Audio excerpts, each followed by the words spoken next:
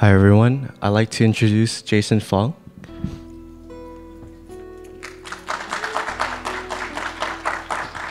Thank you. Wow, full crowd today. It's great to be here. I'm currently based out of Shanghai, so it's a long trip over here to North America, but the West Coast is home for me. I grew up in Vancouver and really glad to be back over here on this side of the world. I was invited here today to speak a little bit about Alibaba Group, specifically what we're doing in esports under Ali Sports. Not many people from the West know what we're up to, since we're a fairly new organization. Only started about 2 years ago. So my presentation will give you an overview of what we've accomplished over the last 2 years, what we hope to accomplish in the near future, as well as some of our goals and vision for the long term. Let's jump right into it. Topic, Ali Sports, Road to the Olympics. Quick introduction about myself. You guys can read this wall of text. I can also tell you that I used to compete on a semi-pro level in Counter-Strike, so I've been in esports for over, 18 years now. Started to work professionally in esports back in 2010. Worked in a variety of industries like VODs, live streaming, esports fantasy, and wagering. Most recently was brought to Shanghai by Electronic Arts to head up their esports for Asia Pacific, and then brought into Alibaba Group to manage their both domestic and international event marketing BD teams, overseeing a couple of business lines. One of those lines is WESG, World Electronic Sports Games. The other line is our collaboration with the Olympic Council of Asia and the series of 3 events that we'll be doing with them. But we can get into a little bit more of that later in the presentation. So, because we were such a late entrant to the esports industry, we really wanted to focus on one specific goal that we can achieve, a slice of the pie that we can dominate, so to speak. And when Ali Sports and Alibaba Group evaluated the marketplace at that time and sort of given our strengths in sports, our strengths with regulating bodies around the world and governments around the world, we felt like that we wanted to aim for something that no other organization has been able to achieve yet, but it's a very realistic goal for us, which is to bring esports into the Olympic Games one day. I think over the last 2 years, we've really focused on building out our capabilities, specifically in China as well as in Asia. This year, we're doing a lot more outreach in terms of on the international market. We've also had 2 breakthroughs in the last 2 years. One is Alibaba became an 11-year top sponsor partner of the Olympic Games to the IOC. We also provide all of their cloud computing and cloud storage infrastructure through Ali Cloud, which is another subsidiary of Alibaba Group. Last year, we signed a deal with the Olympic Council of Asia. Now, what this deal involves is operating a series of 3 events, starting with Turkmenistan, the Asia Indoor Martial Arts Games last year, having eSport as an exhibition event, and then also this year in 2018 in Jakarta, Indonesia, where esports will be an exhibition event at the Asian Games as well. And then finally, concluding in 2022, the Asian Games in Hangzhou, China, where esports will be an official medal event. So I'd like to speak a little bit about that and what that means. Exhibition events happen all the time in different Olympic level events. When we were in Turkmenistan, as well as this year in Jakarta, athletes that participate in exhibition sport essentially receives this similar level of treatment as athletes from other sports. For example, they live in the Olympic Village. For example, to get all the amenities and services available to them as a traditional athlete would. The thing that differentiates between an exhibition sport as well as a full medal event is that the medals that the athletes win, and yes, they do win medals, doesn't count towards the country's rankings. When it's an official event in 2022, all the esports athletes that win medals for their countries will count towards their country's medal rankings. We believe that this is a great stepping stone to what we want to achieve one day. Back to our vision, which is bringing esports into the Olympics. We feel like the resources and the steps that we've taken so far through the Alibaba Group sort of paves a great foundation for that to happen one day. Earliest, 2024 Paris, hopefully. If not, 2028 in LA. Now, what is WESG, World Electronic Sports Games? WESG is sort of a proving ground for us. It's an annual global competition that we host in over 60 countries around the world every year. Participants come from over 190 countries, and it's a way that we can get closer and closer to perfecting a model which can be accepted by the IOC if esports is one day brought into the Olympics. So it's everything from the event organization, the event structure, what game titles we choose, and the overall format of how esports is going to be presented on the international stage if one day it gets to the Olympics. Here's a quick overview of our numbers from last year. Our competition year runs from April to March, so we just concluded our second year of competitions. And this year we had over 800 million reach, and this is through all forms of media, including live streaming. We have one of the biggest prize pools in esports. We have actually the biggest prize pool for a third-party organizer in esports. Our total investment is about 300 million RMB, so that roughly translates to around 50 million US dollars. Just a note on that, when AliSports first started into esports, Alibaba Group invested $100 million US to grow esports within AliSports for the next 5 years. And so we're on track to sort of utilize those resources to make sure that by the end of 5 years, we have accomplished something great. I think one number that no other competition comes close to touching us is the 68,000 participants. And that's because, unlike a lot of other tournaments around the world, whether it's first party or third party, our tournaments are open to everybody. So it's a truly grassroots event that anybody can qualify from the city level to the provincial level, national level, regional level, and then eventually the world finals.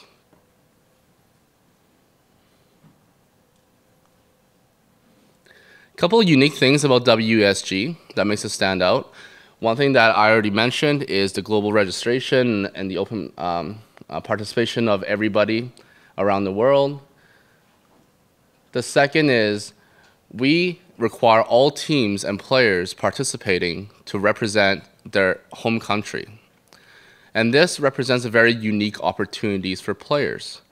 We hear from players all the time that they travel constantly to more and more esports tournaments throughout the year, every time they're competing for their professional team.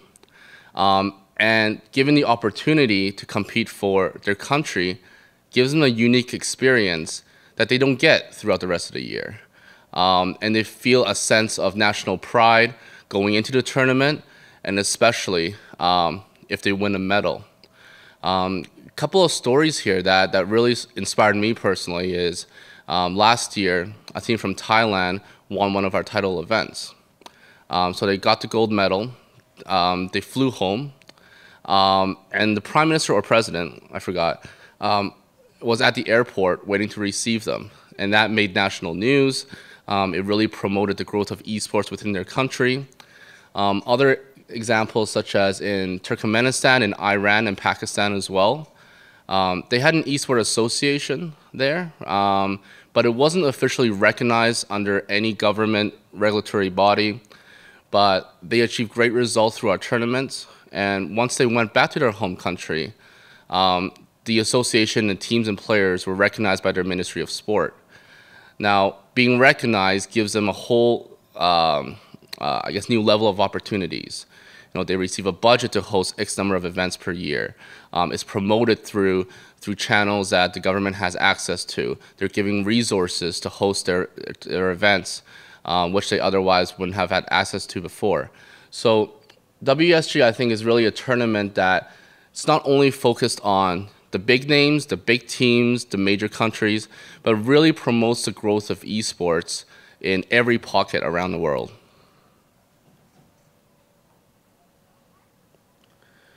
We always host a female component of our WESG tournaments. especially for our regional and world finals. We believe that this gives women an additional stage to gain international experience and exposure, which is great. We're starting to see this more and more as well throughout the industry, and we're a big supporter of this. This also speaks in terms of us aligning closer with how the Olympic functions. We feel that women esports is something that is very, very valuable to the industry and something that we want to continuously invest in. And again, we've seen great success and a lot of good exposure from the tournaments that we've had for females. So one thing about WSG is we have a bid system. Right now it's only in China, but one day we're looking to go out of China. So for our major events like Global Finals, APAC Finals, we open it up to different Tier 1, Tier 2, Tier 3 cities within China for them to bid on. And this is much like how the Olympic does it on an international stage. And as part of that, when the city wins the bid, we don't just host a tournament there and then leave and not do anything with the city. Usually we sign a multi-year term deal with them, which includes hosting an event there. We may have a press conference there. We may have training and workshops there. There's another line of business within our company as well, which is we operate internet cafes. And internet cafes is still a big trend in China. We're in over 18,000 internet cafes across China. So we would host local grassroots events there as well.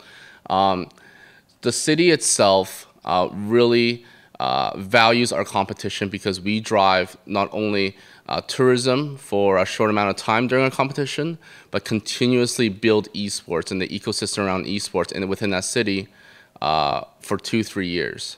One of the things that we always have is we promote the city. For example, in this picture here, you'll see that we were in Haikou, Hainan, China, and one of their main sort of cultural aspects was a dance, a tribal dance. And we had that during the opening ceremony of our competition and was very well received by locals as well as people on the international stage. It's a performance that they would otherwise not get to see anywhere else with any other competitions around the world. This year we started to do a public welfare program as well. We strongly believe in social responsibility, and one of the ways that we're doing that is we're partnering with Ant Financial. And for disclosure, Ant Financial is also a sister company of Alibaba Group. Their main product is Alipay, which some of you may have heard. And with them being our top sponsor, we donate 10% additional prize pool for any medal winners to go towards a fund that helps their home country. So this gives people an opportunity towards a charitable cause, and we feel that this will have a greater impact on sort of the acceptance of esports in different countries around the world. Now I'll talk a little bit about how we're able to do it, because within 2 years, to have such a global tournament on an international scale, even given the resources that we had, it's quite difficult to host the amount of events that we hold to cover the amount of geographic scope that we're currently covering. We have a global infrastructure of partners. So we have an internal team at Esports that manages all the event execution, production, broadcast, marketing within China. So all the events in China, we host ourselves. Anything that's outside of China, we partner with vendors. And we give them very strict program guidelines, rules, regulations, tournaments. We give them a standard. We have a manual this thick that they have to meet our criteria in order to be one of our partners and have the WSG IP represented in that country. You can see here we're across 5 continents, and these are just our partners for last year. What it says on the bottom is, we're actually doubling our partners from 9 to 18 this year. And the number of LAN events we're having is going to go from 12 to 20. Any country that we don't cover using a LAN event, we use an online qualifier system to qualify players. And another thing that we're changing this year as well is that we're getting rid of regional finals. We want nations to have more opportunities to represent themselves during our global finals, having more countries and even more players come to the grand final events. Last year we had 500 players from 45 countries across 4 titles. This year we're about to double the number of titles that we have, and as well as respectively the number of players as well as the number of days of the event. A little bit about the 4 titles we have. I'm sure we're all familiar with Dota 2, CSGO, StarCraft 2, and Hearthstone. We just added Vainglory as our mobile title. We really believe strongly in Vainglory due to its matured esport ecosystem, its global presence, and the investment that Super Evil Megacorp is making into the game as an esports. Our plan growing from this is to have more traditional sports games into our lineup of games. And this is actually a direct mandate from the OCA and the IOC. They believe that sports games is a great segue for the general public to start learning about esports and knowing what esport is. So we're talking about soccer or football, basketball, and even specifically fighting games. So for the fighting game community out there, that's some exciting news. They consider fighting games as mixed martial arts or boxing. So we do have a lot of good titles that we can choose from. And this year we'll announce very, very shortly, sometime in May, what the new lineup is for WSG.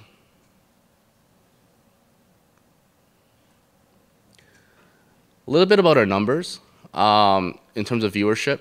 I think there's several factors in terms of why our numbers are so far off compared to the next one. One is we are multi-titled, and a lot of the other competition is only a single title. So Dota 2, CSGO, those 2 alone have huge viewership that adds up during the course of our tournaments. The other aspect of it is we have done something that no other organizer has done, which is we've unlocked the full potential of the Chinese viewership market. And I'll speak a little bit about that. In China, it's very different than in the West. In the West, you have Twitch, you have YouTube. We used to have a Zubu. I used to work for Zubu. But in China, you have about 12 different major streaming platforms. And it's very, very fragmented. And what we've done is we've established strategic partnerships with each of those streaming platforms so that our competition gets priority placement, we're on the front page, we get ads. Most importantly is we invite the talent over from that broadcasting platform, and they create exclusive content for that platform live during our event. So because of our deep partnerships with all the broadcasting platforms, essentially everybody in China that watches esports know about our tournament when it happens. The other aspect of it is we have full access to all of Alibaba Group's Tier 1 resources. And I'm not sure how familiar you guys are with Taobao, Tinmao, Alipay. Essentially, Taobao and Tinmao are the Amazons of China. In a lot of parts of Asia as well, we have a huge presence. So you can see some screenshots here. You know, we're featured on the front page. We have a stream going on Tinmao, and even Alipay. Alipay is used by more than 94% of the entire Chinese population. And it's a mobile payment system, much like Apple Pay, except it's super widely adopted. So you can go to a tier 5 city in a mom and pop shop convenience store, and they would accept Alipay as a payment. So through Sina is also another big resource for us. Sina is a media news outlet that Alibaba owns, and one thing that's not on here is Youku, and Youku is essentially the YouTube of China. We have priority placements across all those platforms during our tournaments.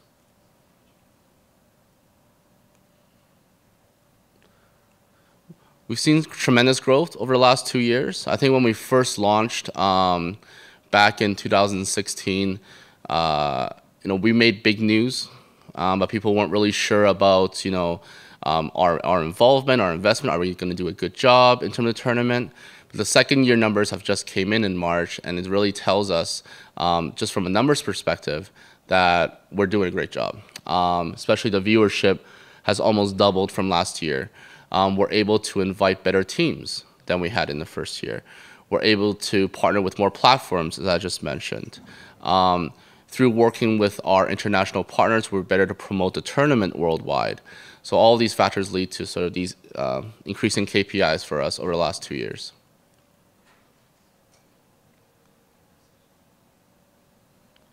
A little bit about a cooperation model, which I kind of talked about earlier. We invest the funds, so this can be prize pool, this can be operation funds. We invest human capital, and when working with international partners, our internal staff would fill key roles, such as the director or the event director, and then have teams from our partners that work under these key roles. We give them operating standards, guidelines, rules, and regulations. And through that, these are some of our top revenue streams. I would say one thing that differentiates us as well is our number one revenue stream is not sponsorship, which is so common in the rest of the world. Our number one revenue stream is government support. Cities in China, they have access to a lot of resources and a lot of funds, and they bid fairly aggressively for us, with a local Chinese company, to host esports events there.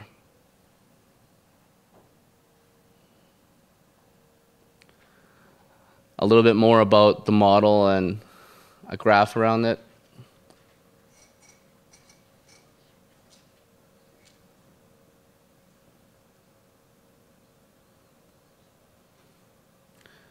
So moving on to the next session, which is just sort of talking about how we're going to get to the Olympic Games, what's sort of required to get there. And I'll start off with a quote from IA, which is a very famous Chinese StarCraft 2 player, very, very old school player. He essentially says, what I mentioned about national pride and the opportunity to compete on a national level, we believe that this elevates esports to have cultural values that's tied to traditional sports that esports otherwise wouldn't have.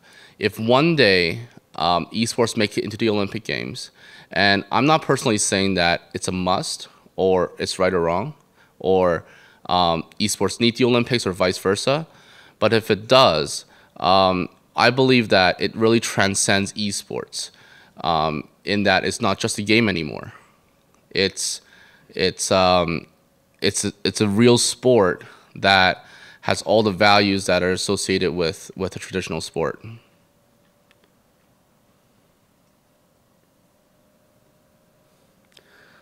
A little more details about our partnership with the Olympic Council of Asia. I think at first when we were in conversation with the IOC, and this was 2 years back, we were basically instructed to say, go talk to OCA first, since you're from Asia. And they've been wanting to do esports for a long time, and sort of use that as a stepping stone to the next step. I think in the news and in the media, there's always, especially in the last few months, talks about different organizations trying to push esports into the Olympics. But I think one thing that's really missing is what are the resources required from an organization to really push this or push esports with the IOC. And I don't think there's a lot of organizations around the world that is as well positioned as Alibaba to make this a reality one day. And so we started off with the OCA, and that's the OCA president there. And naturally, the next step is to go to the IOC and form a deal with them in the very near future.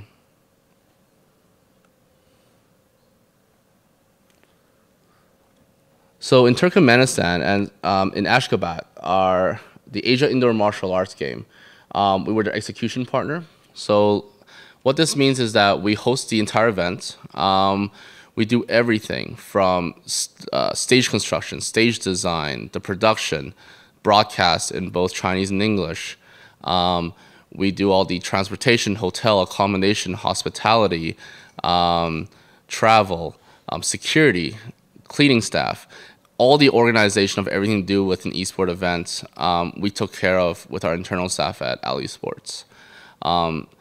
Turkmenistan was extremely happy with how the event turned out, as well as the OCA, and we look forward to seeing them again in 2018 in Jakarta. And that concludes my presentation. I want to give you guys just an overview of what we've been up to. I want to leave more time for questions and discussion. So thank you guys for listening, and hopefully we all walk away with something learned today.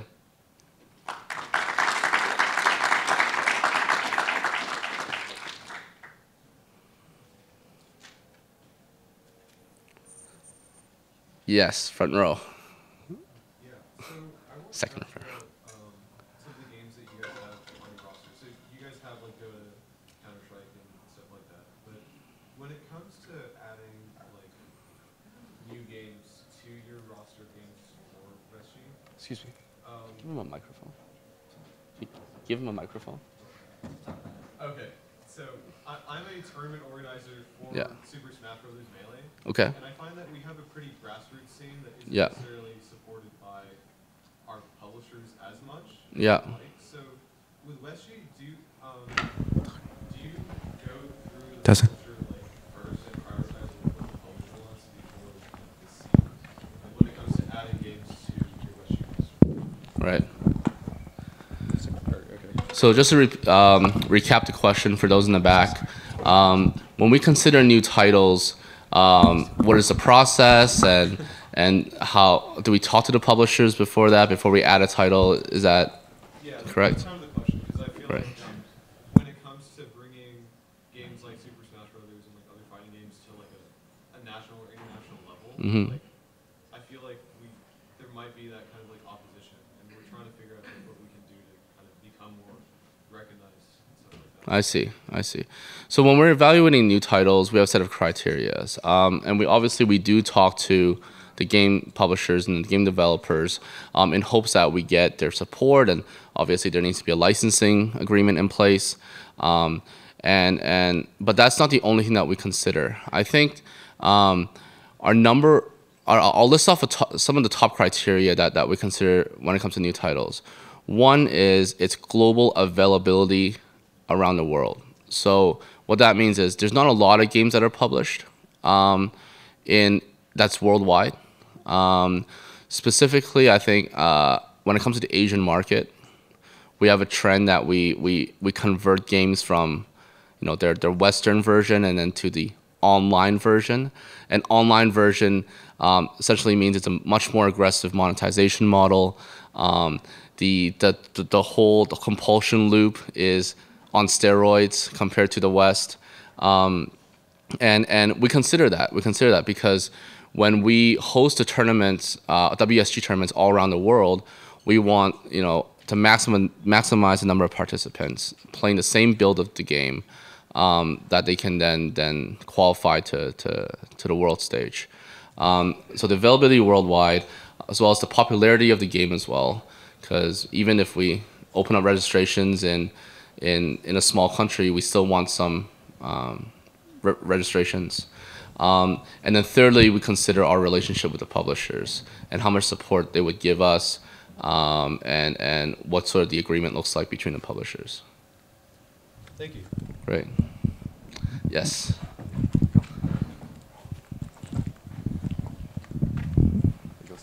Thank you. Jason, hi. My question was about the structure and the representation of esports.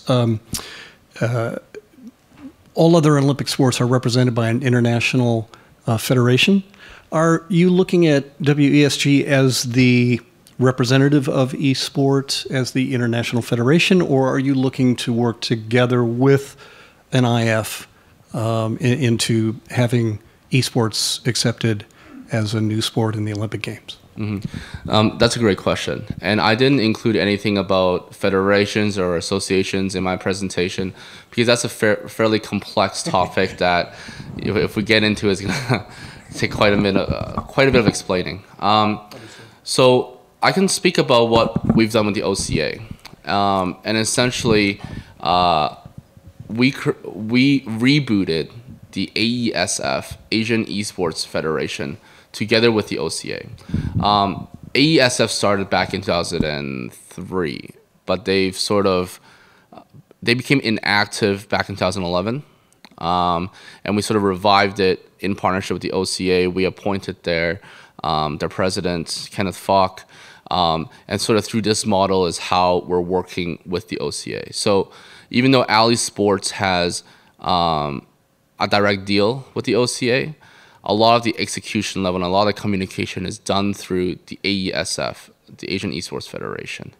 When it comes to with the IOC, we're probably going to attempt a similar model when working with them. I think that currently there isn't an international esports federation that's officially recognized. Some do exist, and we will have to work together with the IOC to see, do we work with one that's existing? Do we create a new one that is wholly owned by the IOC?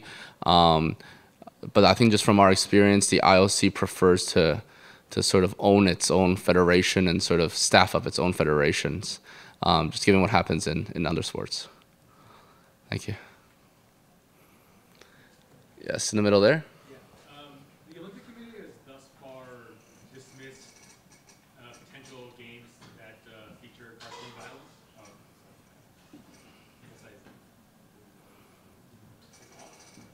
Okay, I'll just talk about it. It's fine. It's on again. Okay. The Olympic Committee has thus far dismissed games that feature cartoon violence as candidates in Olympic Games going forward, talking about how games like that aren't aligned with their missions of world peace and unity. And I'm wondering what your thoughts are on that perspective and if you agree with that decision. Mm-hmm. I think it makes a lot of sense that they're taking that stance. Sorry about that. I think it has to do with, finding that segue between esports in itself is a very, very different sport than, let's say, when baseball tried to enter into the Olympics. And it's much harder, sort of given all the negative connotations associated with video games and violence, for esports to enter into the Olympics. So them taking that stance is very understandable. I think in the end, when esports entered into the Olympics, viewership would probably speak a large part of that. So and influence a lot of the ongoing decisions that they make for future Olympic Games. So just my personal opinion, if they introduce esports in 2024 Paris and they only have non-violent games whatsoever, as well as cartoon violence and fantasy violence, I don't think that that will remain the case forever, just because the viewership isn't there. And I think viewership is sort of a key metric that they're looking for when including esports into the Olympics.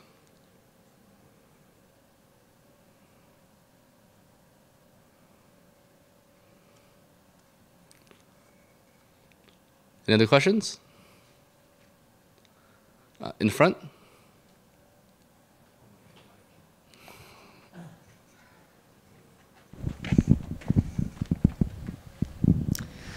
So you started your presentation kind of saying from the very get-go that entering the Olympics was the end goal. And near the end, you kind of said, like, you're not sure if Olympics needs esports or vice versa. I'm guessing, why did you come up with that initial goal of making the esports the destination when Alibaba and esports, I mean, they're already on this astronomical rise? I guess if it's not a good fit, like, why was that the initial goal? Or can you envision something else, I guess, a world championship that doesn't involve the Olympics? Great. I think it's maybe the words I used to deliver what my thoughts weren't the most suitable. I think what my point was, there's been a lot of controversy whether or not esports should be in the Olympics or not. Not that it's my personal view that it should be in the Olympics or not. That's what I was getting at. Does that answer your question? I guess maybe give us an explanation of why the initial goal was esports in the Olympics. You jump into esports, you're like, that's what we're gonna do. Where you could have said, we're gonna create the premier international tournament, regardless of whether it's Olympic related or not. Like, what led to that first, I guess, decision to aim for the Olympics? A lot of different factors. I think one of the factors is when we looked at the marketplace, it's already very saturated with third-party organizers and first-party organizers and events. So we really want to distinguish ourselves. And given the resources that we have access to, we want to set our goal very, very high. And when we're looking at other organizations, and other organizations have tried to bring esports in the Olympic in the past, but due to one reason or another, and the common theme is resources, they weren't able to do so. So we feel that this is a space that we can conquer and dominate within a reasonable amount of time. And that's one of the main reasons why we set that vision and goal for our organization. Thank you. Thanks. Thank you.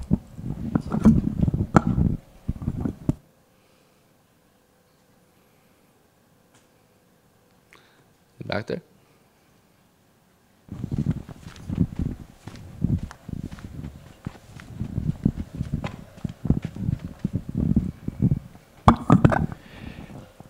The Olympics are really focused on the platforms that they distribute their content through, and esports lives on a variety of different platforms. How do you see the Olympics addressing esports reliance on a variety of different platforms, and how will broadcast rights play into all this? We have not entered into that deep of discussion yet with the IOC. My personal thoughts and feelings on that is it will be an evolving model. I think the first year which esports enter into the Olympics, it'll lean towards what their current traditional model is, and then it will change over time. I think that when it comes to live streaming platforms, there's just a lot of complication there because it's traditionally not what the Olympics does, as you said. But again, that's also where the viewership is. So I think this will be both a revenue and a metric-driven decision as it evolves over every 4 years.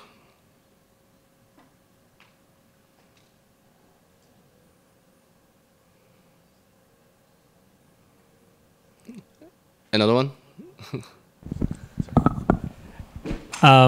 Sorry, just another follow-up. Esports teams traditionally, they have their brands like, SKT, and they have their groups of 5 players. Are you seeing nations considering mixing up those rosters in order to field the best possible team? And what are your thoughts on that? Right. So this has been one of our main challenges in our first year, where a lot of teams, pro teams that we want to invite, either they didn't come because they didn't meet our requirements for having 5 players from the same nationality.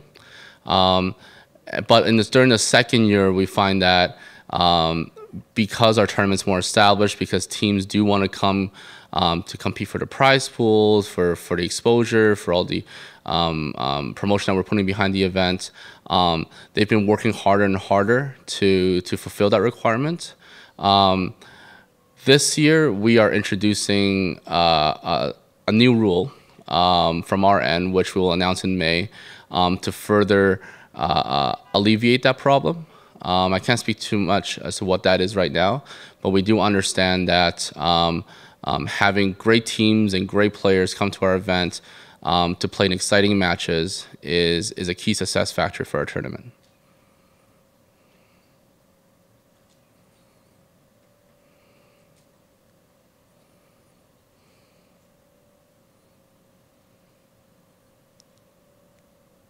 All right, should we wrap up?